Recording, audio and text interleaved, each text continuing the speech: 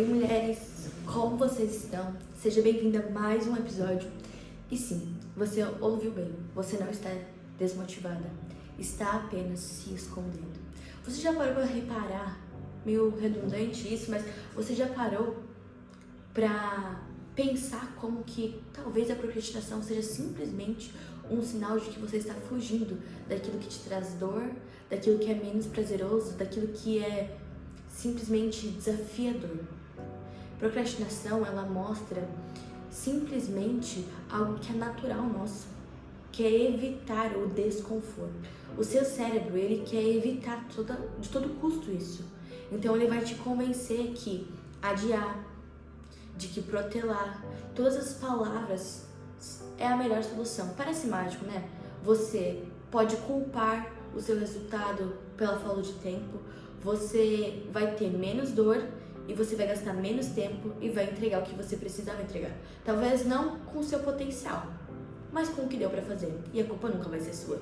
Parece até mágico, mas na verdade isso é autossabotagem. Isso é coragem disfarçada de espera. Paralisia disfarçada de descanso. Mas como mudar? Esse é o grande X de todos esses episódios. E juntas nós vamos conseguir. A história me lembrou um personagem bíblico, que é Jonas. Sim, ele mesmo. Hoje, lendo o capítulo 4 de Jonas, eu me reparei com Jonas sendo totalmente cortado por Deus. Mas a história não acabou por aí.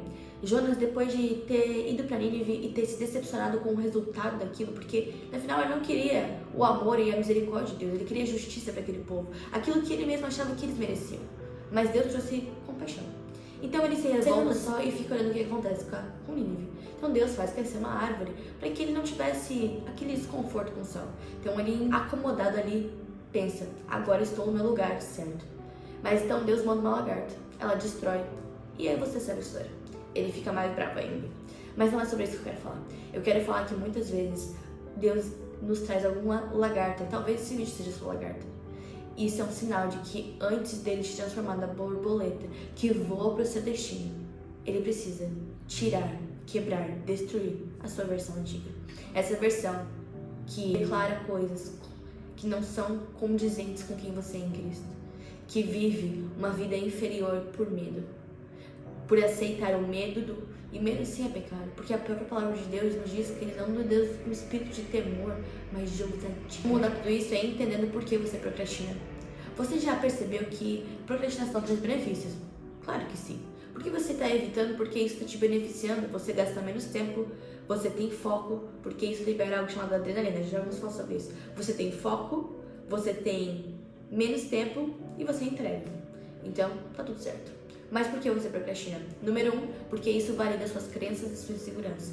Você, toda vez que você declara, eu sou procrastinadora, eu sou isso, eu sou aquilo, eu nunca consigo, você inconscientemente quer validar aquilo. Então você continua repetindo repetidas vezes a mesma coisa. O seu excesso de medo em falhar te paralisa. O excesso de não ser perfeito te paralisa. Você prefere não fazer do que não fazer perfeito. Eu entendo você. Talvez você se sinta uma procrastinadora perfeccionista, mas tudo isso não passa de uma mentira.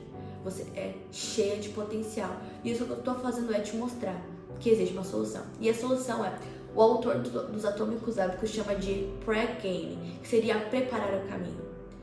Você precisa fazer algo como se fossem mini rituais que vão te lembrar, isso acontece para que eu faça isso depois. Esses mini rituais têm algumas regras. A primeira regra é, você tem que fazer algo que seja tão simples que você não pode dizer não. Por exemplo, você vai pra academia, só coloca o seu tênis. Você vai estudar, sobe o seu livro. Você precisa terminar de ler um livro, leia 2 páginas no dia. A solução é preparar caminhos. E faça isso todos os dias. Faça esses mini rituais para coisas que hoje são um pouco mais difíceis, para que nos dias que você não tiver vontade de fazer, você vai realizar essas coisas mesmo assim, pelo simples fato desses preparar o caminho. Isso vai te enchendo de pequenas doses de motivações. São pequenos ativadores. Eu chamo de hábitos ativadores, de hábitos que trazem resultados. Então são simplesmente pequenas coisas que você faz. Por exemplo, eu não tô com vontade de acordar às 5 da manhã, mas toda vez que meu alarme tocar, ao invés de desligar, eu vou tomar um banho. E após tomar o banho, se eu ainda me sentir muito cansada, eu vou voltar a dormir. Você faz esse compromisso consigo mesmo. duvido que você volte a dormir, porque você vai se expor à claridade, você vai trazer para o seu corpo um choque de temperatura, você vai acordar, você vai despertar. Então faça pequenas coisas.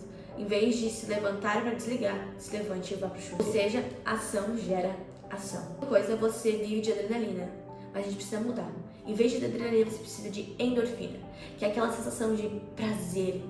Isso não te sabota. Isso também é um analgésico natural do nosso corpo, uma resposta natural, voluntária.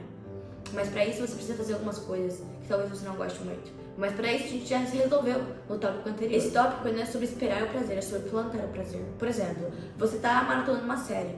Por que você não simplesmente faz isso fazendo bicicleta?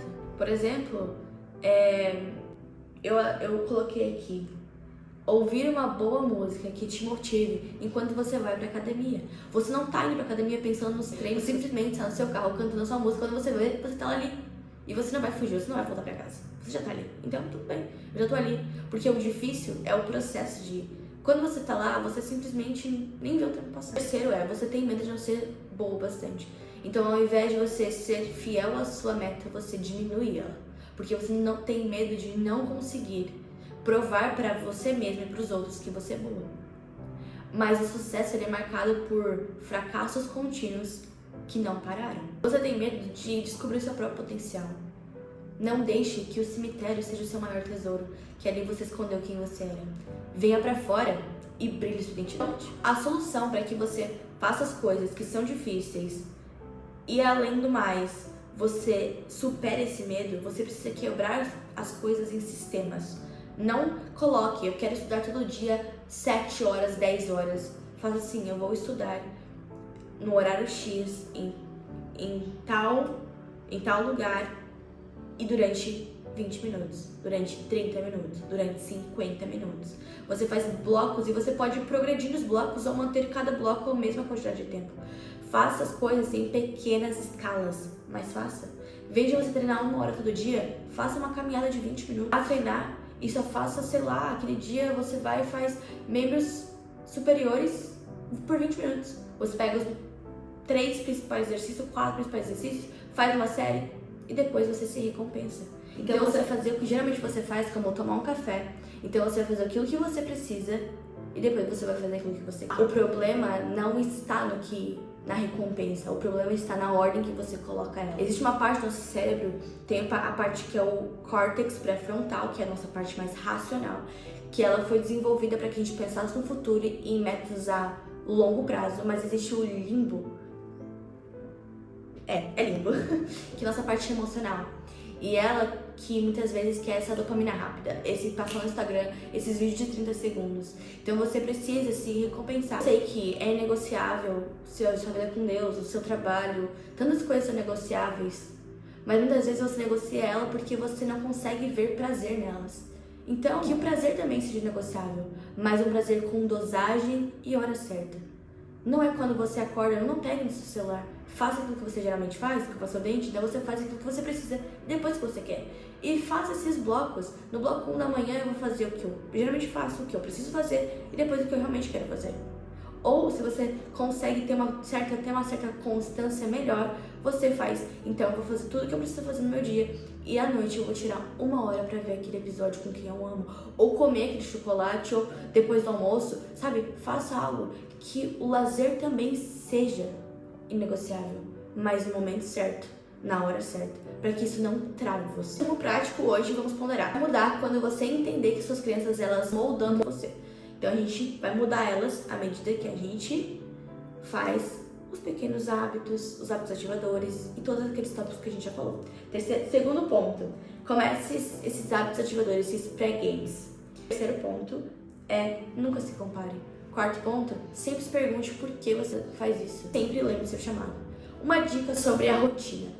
Numa era que ficou tão conhecida, o famoso clube das 5 da manhã, você de verdade precisa acordar às 5 da manhã? Sim, Sara, mas eu não consigo. Não, Sara, não preciso, mas eu quero. Ok, são coisas diferentes. Se você precisa, então você mais ou menos se obriga a acordar. Você coloca o soneca, você até acorda um pouquinho. Mas vou dizer, nosso cérebro não diferencia da segunda do sábado. Não é como se sábado ele baixasse, não, hoje é sábado, hoje eu posso dormir até tarde e segunda-feira vai estar tudo bem.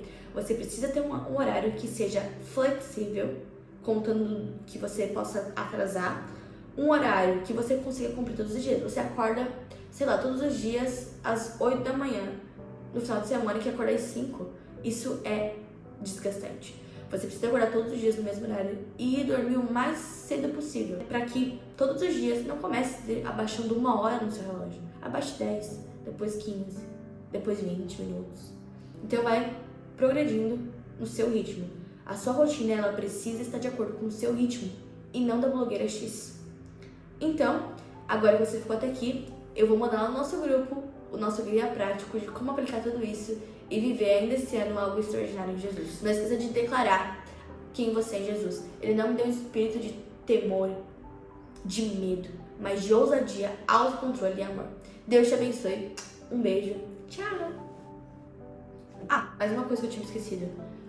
Muitas vezes, o medo, a coragem andam juntas. Porque a coragem, muitas vezes, é o medo do movimento. Agora sim.